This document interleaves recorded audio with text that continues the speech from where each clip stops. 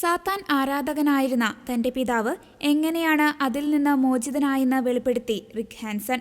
ചെറുപ്പത്തിൽ നിഗൂഢ കാര്യങ്ങളോട് ഉണ്ടായിരുന്ന ആകർഷണവും സാത്താൻ ആരാധകനായ ആന്റൺ ലാവെയയുടെ സ്വാധീനവുമാണ് പിതാവിനെ ഈ മേഖലയിലേക്ക് നയിച്ചതെന്ന് മകനായ റിക് ഹാൻസൺ പറഞ്ഞു. ടിവിയിൽ സാത്താൻ ആരാധനയെക്കുറിച്ചുള്ള വീഡിയോ കണ്ടതിനു ശേഷം അദ്ദേഹം ദൈവവുമായുള്ള ബന്ധം ഉപേക്ഷിച്ച് സാത്താനെ സ്വീകരിച്ചു. ആ നിമിഷം തന്നെ 12 പൈശാചിക ശക്തികൾ പിതാവിൽ പ്രവേശിച്ചുവെന്ന് മകൻ റിക് ഹാൻസൺ പറഞ്ഞു. എന്നാൽ തന്റെ അമ്മ പ്രാർത്ഥിക്കുന്ന വ്യക്തിയായതിനാൽ പ്രാർത്ഥനയുടെ സംരക്ഷണം പിതാവിന് ചുറ്റുമുണ്ടായിരുന്നു.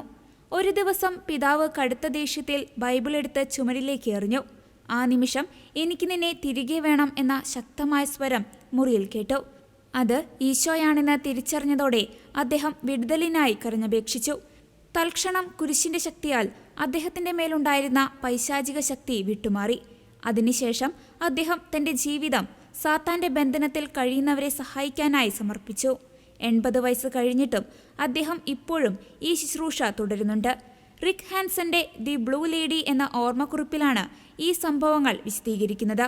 യേശുവാണ് തന്റെ പിതാവിനെ സാത്താനിസത്തിൽ നിന്നും പൈശാചിക ശക്തിയിൽ നിന്നും മോചിപ്പിച്ചതെന്നും താൻ വിശ്വസിക്കുന്നതായി അദ്ദേഹം പറഞ്ഞു.